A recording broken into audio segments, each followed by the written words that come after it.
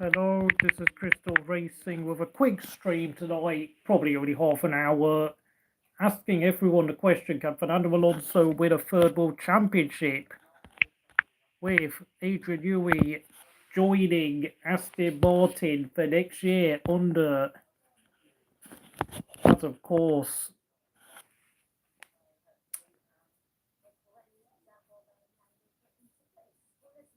now I hope everyone's doing well tonight.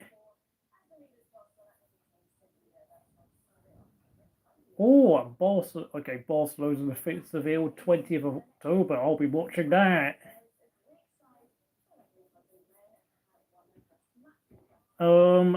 Yeah, Fernando Alonso,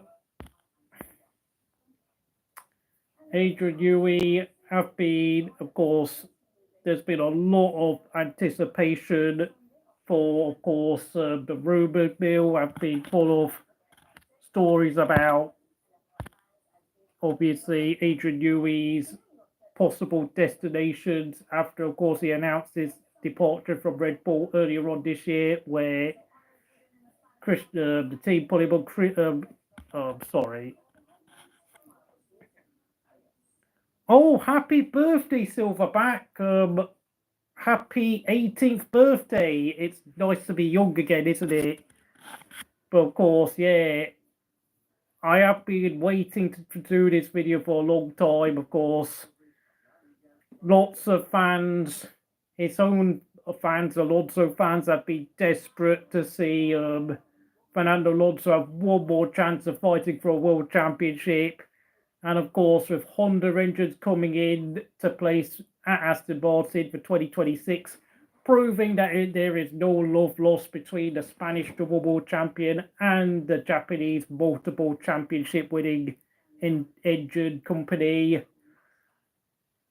I mean, this could actually happen because even though, yes, I know Fernando Alonso's had a couple of grey races this season, not looking quite as sprightly, enthusiastic self, partly due to the performance of the car dipping this season compared to last season.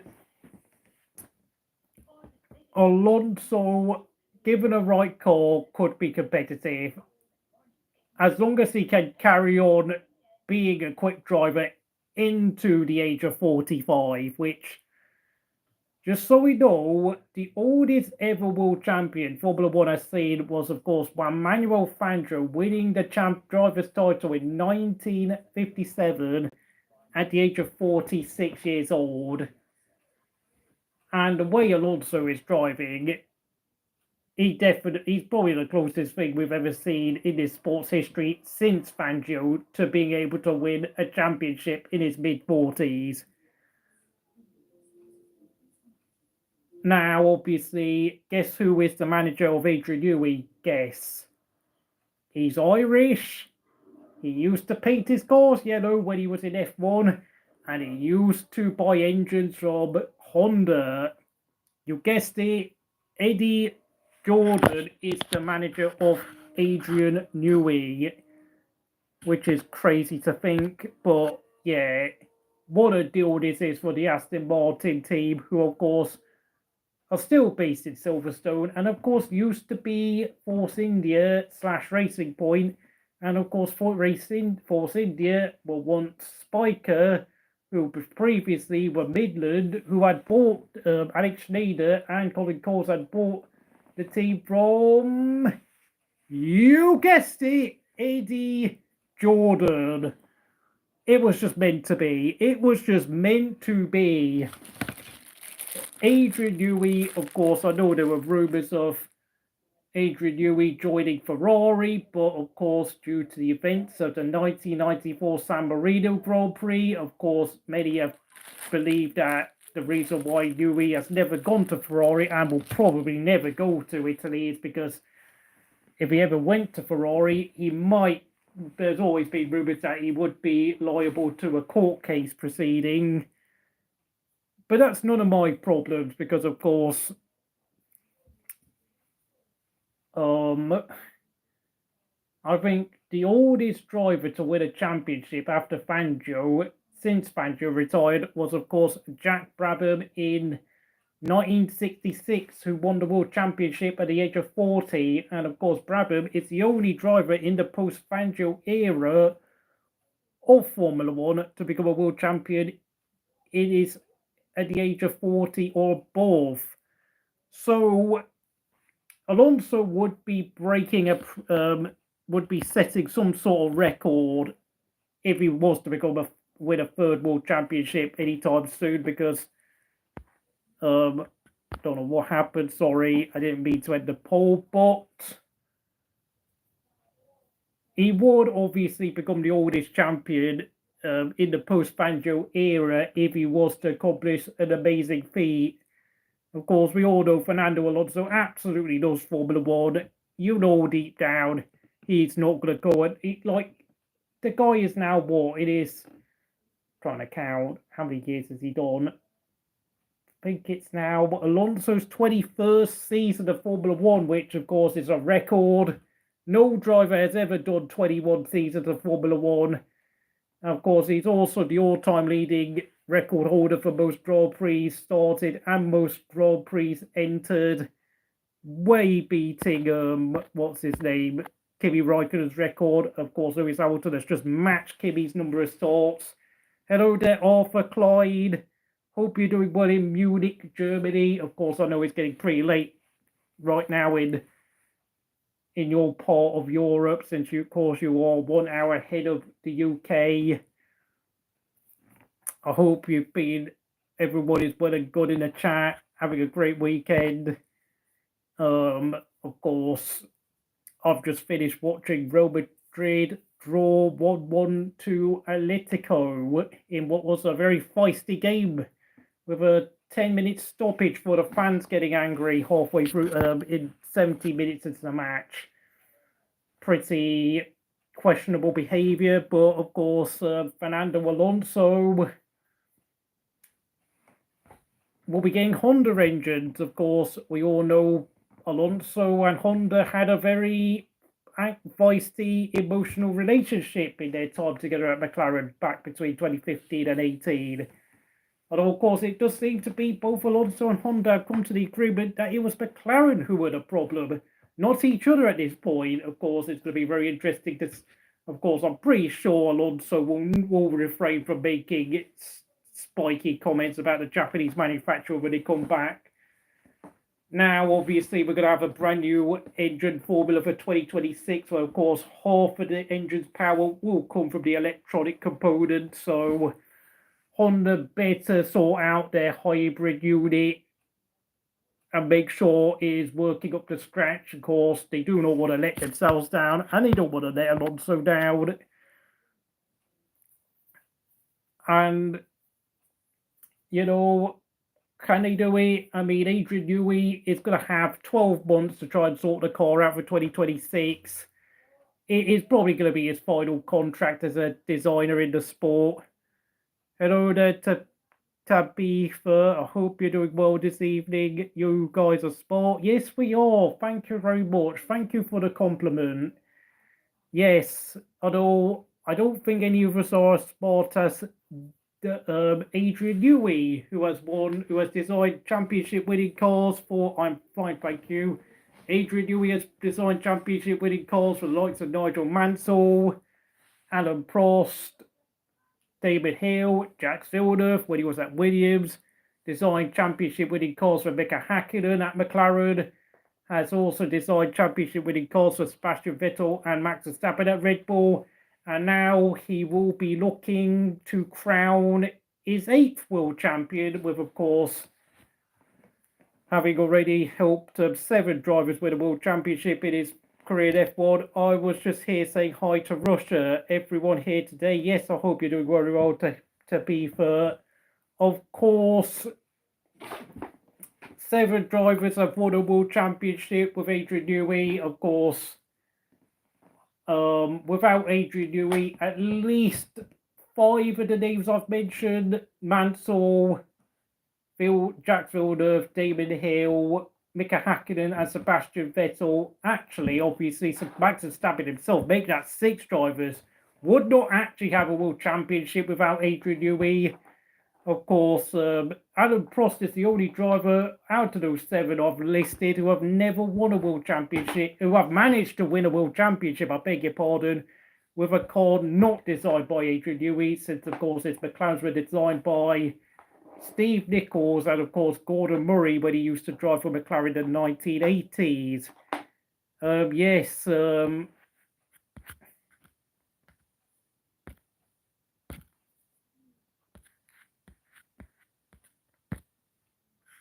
so let me restart my poll, since, of course, I accidentally clicked off by accident and ended the poll. Can Alonso and Newey become world champions together? Yes or no? I'll be leaving that poll up until I end the stream. So, yeah. I think, obviously, Fernando Alonso has 32 Grand Prix wins to his resume, winning them with Renault, McLaren, and Ferrari. I think the only teams he's not won a race for is obviously Minardi in 2001, but of course their car was far too slow to even score a point. And of course he's still not won a race with Aston Martin, despite picking up 5 or 6 podiums with them last year.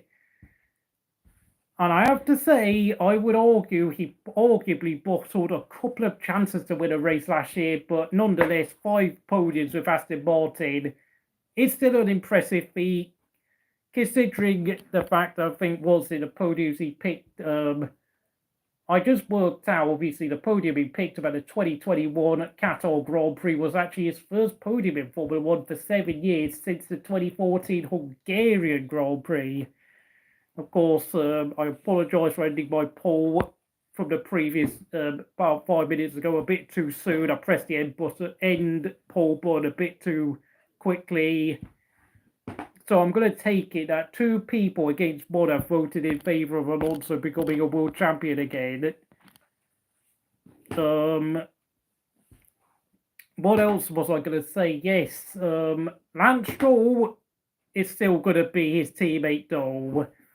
And this is where, of course, the problem comes in that Lance Stroll, as you know, has picked up 3 podiums in 8 years of Formula 1, and I can't say Lance Stroll is a particularly great driver in terms of his performances on the track, and his technical feedback doesn't seem to be there either. Like, in fact, he can't even do an interview properly. Like, his interview technique is even worse than Kimi Raikkonen's, which is quite worrying if anyone's ever seen Kimi do interviews. Like, but yeah, I rank Lance Stroll as being worse than Kimi when it comes to public speaking. I mean, I was having a conversation earlier on with the England channel, football fan channel, about Cole Palmer not being good at public speaking, but I think Lance Stroll has got to be one of the worst the worst public speaker I've ever seen by some margin. Now, obviously, it appears to be Lance Stroll could be stuck in a team for many years to come. I am finally better than Kimi at something, yeah. Being really bad at interviews. I mean, that's not something to be proud of. But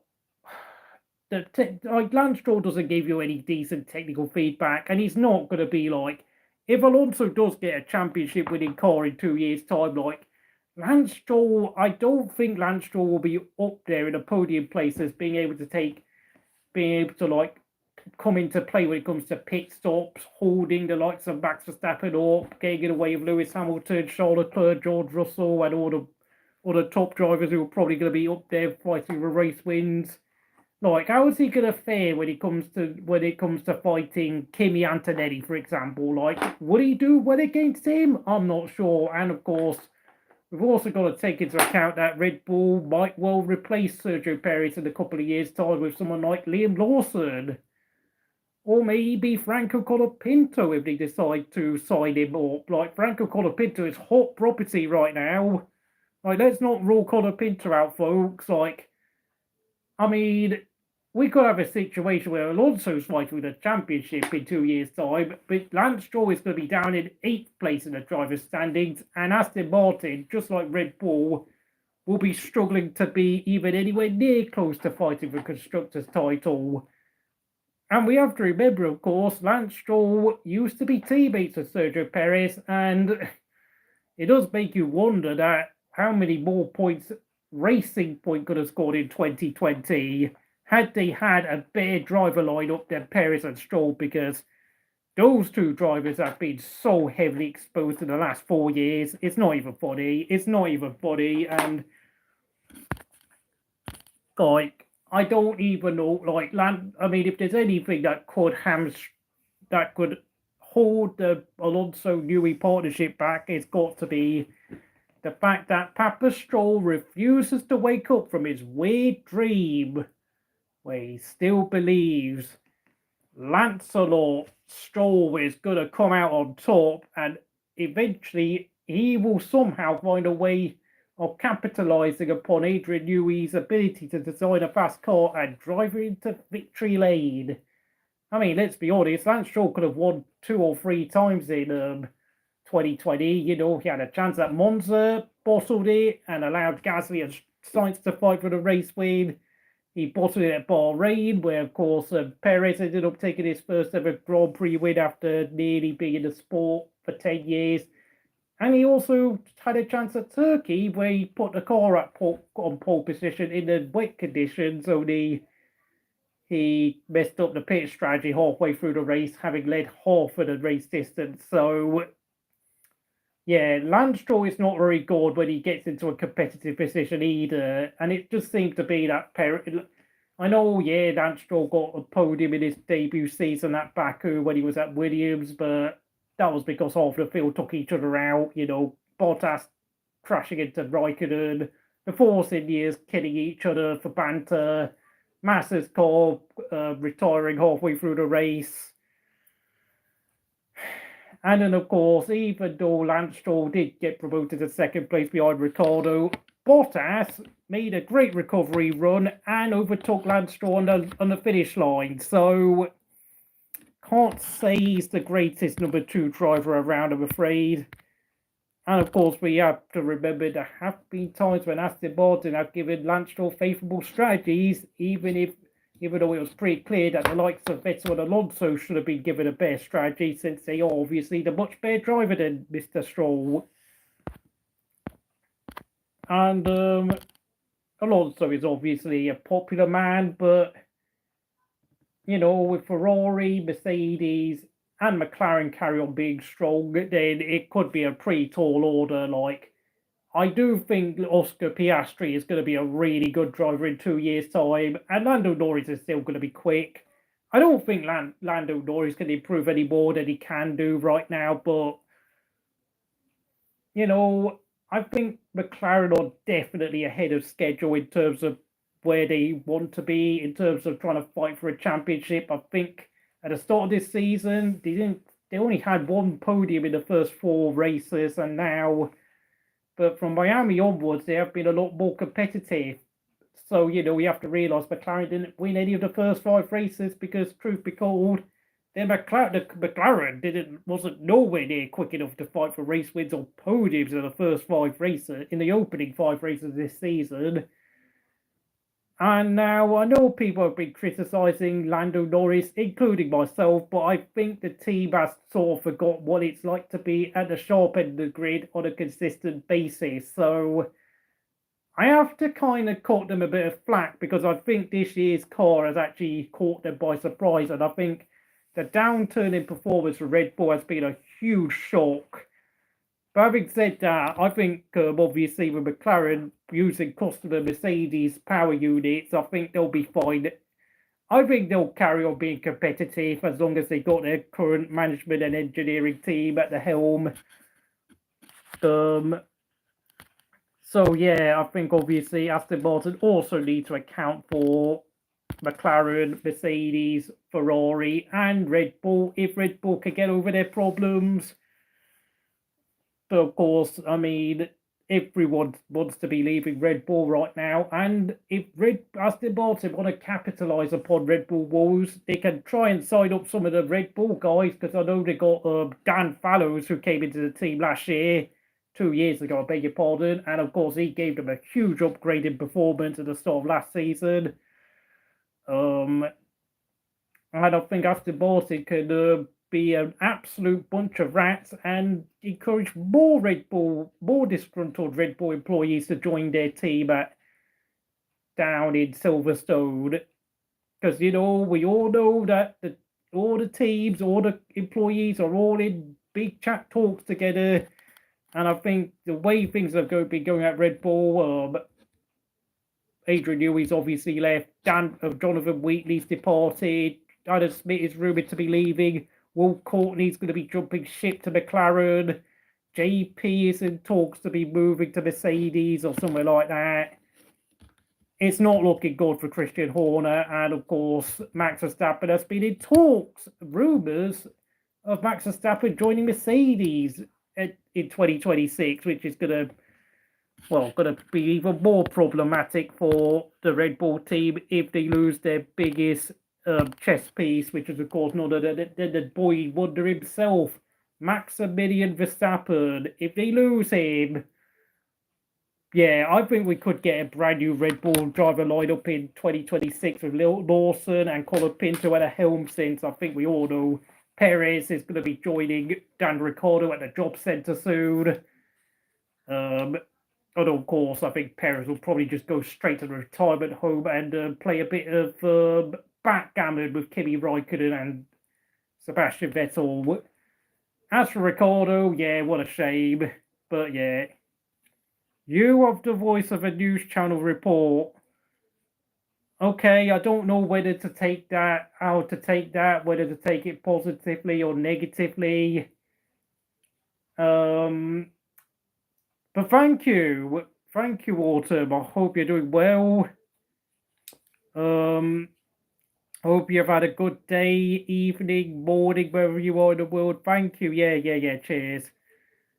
I don't know. I mean, I know some people. I mean, it's very hard to work out if someone's being honest or being sarcastic over the internet. But hey, first world issues and all. Of course. Yeah, thank you, Autumn.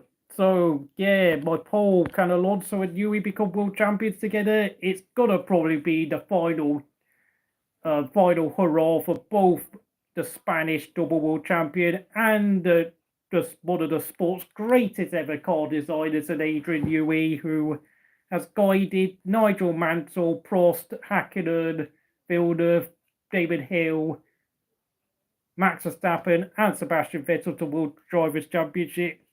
And he's also helped McLaren win a Constructors' title, Williams win 4 Constructors' titles, and of course helped Red Bull win at least 6 Constructors' titles in his time there. Literally, probably the GOAT car designer with 11 Constructors' titles to his name and a grand total of at least 13 drivers' titles to his name, since, of course, there were a couple of years where a couple of his cars didn't actually win the Constructors' titles in the same years the lead driver did so, since, of course, I think if there's one Achilles heel Adrian Newey has had, is that reliability has been sacrificed at the pillar for raw car performance for Adrian Newey, who is known for making his cars very tight, very compact around the rear end, which can cause overheating issues, gearbox issues, engine failures. But I think obviously Adrian Newey will be given 12 months to try and design a car that's not only fast, but it's also reliable, since of course reliability is a huge factor in modern F1, and of course you're only allowed to use 3 or 4 power units over a course of a mammoth 24 race calendar. So, and I think Newey should know better by now. Of course, thank you to everyone tuning in here at Crystal Racing. I think I'm going to end the stream now, and of course, please say hello in the chat. But unfortunately, if you're joining in now, I'm afraid you're going to have to watch the playback, because I am going to end the stream now, because it is very, very late where I live. I'm only doing this stream because, of course, I've just finished watching football between Real Madrid and Atletico Madrid. This is just a quick stream because I said I'd do it tonight, and I think I'm going to do the George Russell and Max Verstappen transfer rumours, where both of them are rumoured to be swapping seats for 2026 at Mercedes and Red Bull next season. I hope you enjoyed the video. Please like, subscribe here at Crystal Racing, and I'll see you again next time.